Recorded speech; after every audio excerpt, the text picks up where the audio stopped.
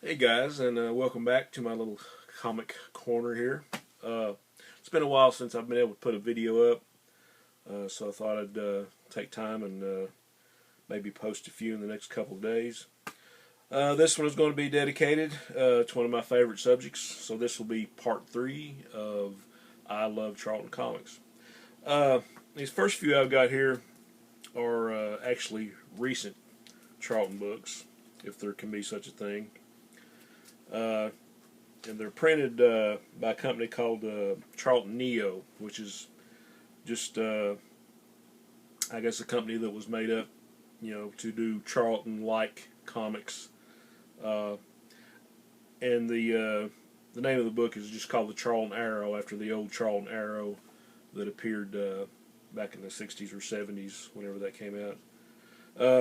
But it has like some of the artists or writers that are still around today doing some stories. Nothing real serious. They're just trying to do it in a Charlton, I guess, manner or a Charlton style. Like I said, it doesn't take itself too seriously. It's fun stuff.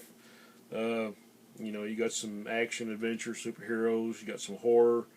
You got some western. Pretty cool stuff, actually. And I bought the first issue of Charlton Arrow, and I'd kind of, for some reason that I can't fathom, I'd forgotten about this magazine until I ran across something, I think it was on Facebook, that mentioned. I was like, I need to start getting that book again. Because it's, even though it's newer stuff, it's kind of in the same vein, so I enjoy it.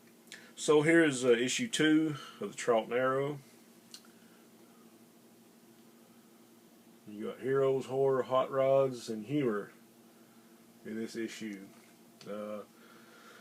Got Steve Skates, which did a lot of work for who did a lot of work for Charlton, Frank McLaughlin, Joe Gill, Pat Boyette, and Howard Bender. And you got some classic stuff. It's all full color,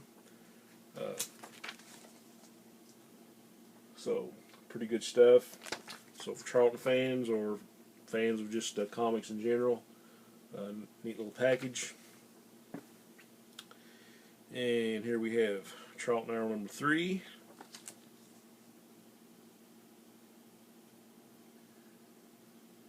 And one reason this is really kind of cool, there's an article in here called Steve Skates Gets All Monkeyed Up. And of course, people that know me know I'm a huge Monkees fan. And actually, I'm not sure if it was it was a magazine called Teen Pinups or something. It might let me find out real quick.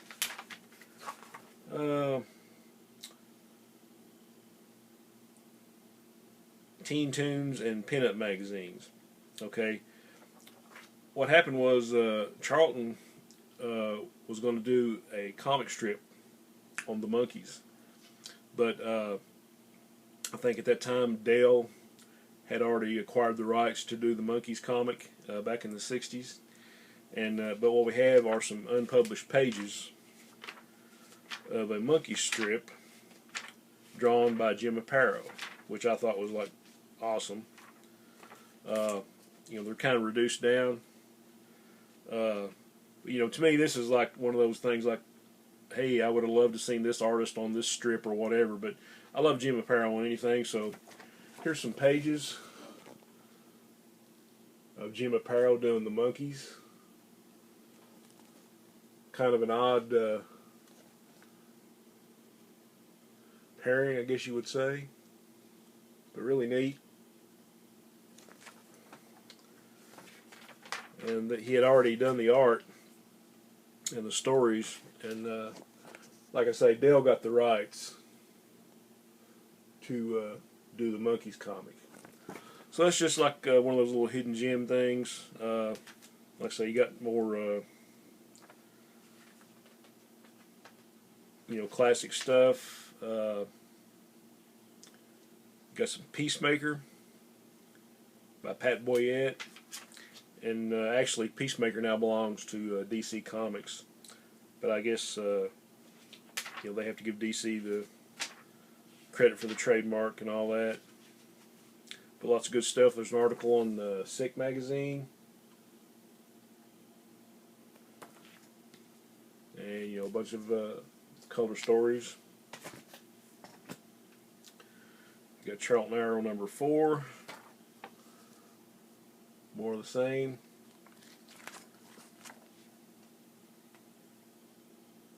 Kind of in the Charlton style right there.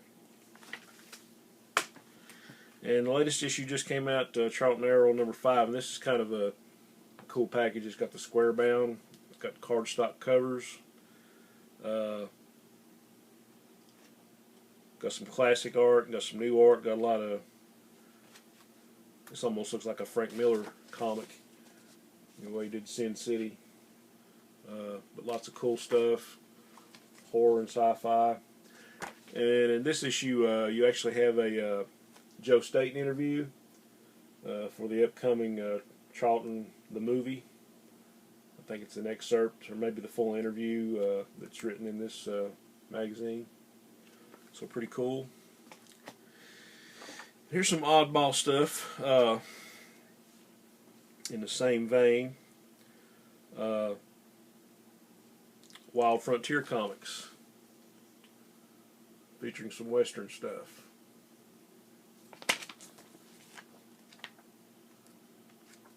Actually, some pretty good art in here. But in the same vein as the others, just in a Western genre. This is Roger McKenzie's Total Frenzy Comics. This is all pretty much like horror stuff. Very cool.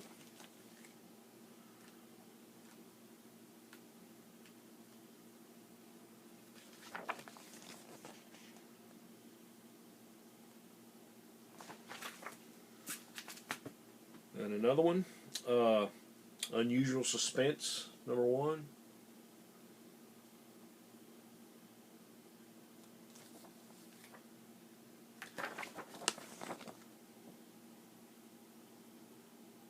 I've only got to read a couple of these, so I'm still looking forward to getting into these. And here's one I know a lot of you guys will like. These are actually reprints from like 89 or 90. When Steve Ditko did the series Monsters Attack.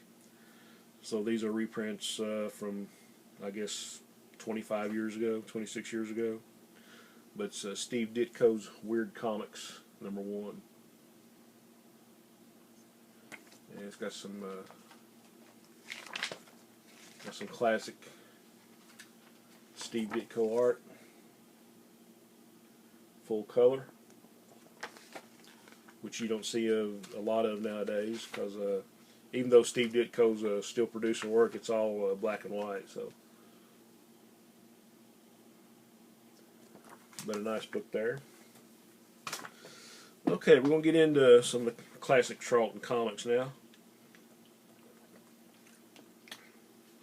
Some stuff where I was trying to fill some holes.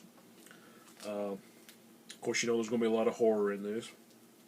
It's probably mostly all horror, except for a few. Speaking of Ditko, there's Beyond the Grave number 17, with a great Ditko cover.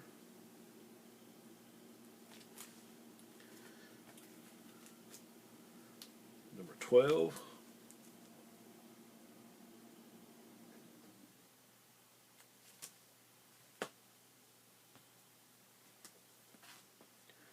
Number 11.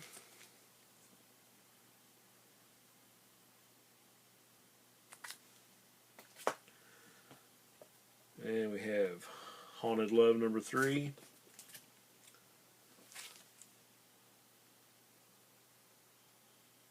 Which I'm pretty sure I showed before. This is just I found a nicer copy than one I had. But I got a great Tom Sutton cover. Haunted Love number 4, Joe Staten cover.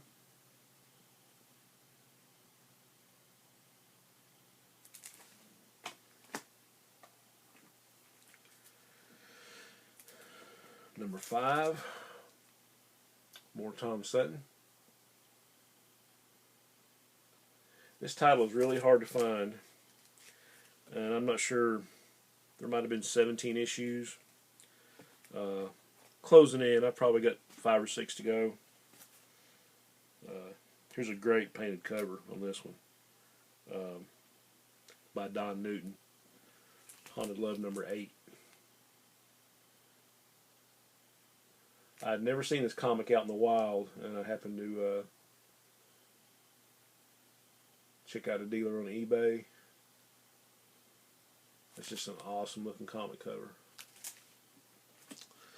Okay, a couple of books. Like I showed earlier, I was trying to collect all the Peter Cannon Thunderbolt series, and I think I have I've got the complete series, but I was trying to upgrade to get them at least all in fine condition.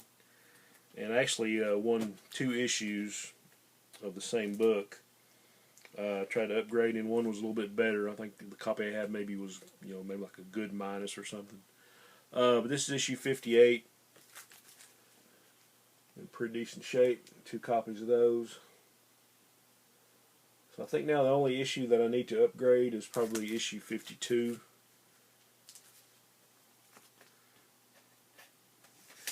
Yeah, I think this last one, Tony, Why Not Art, has shown this in one of his videos.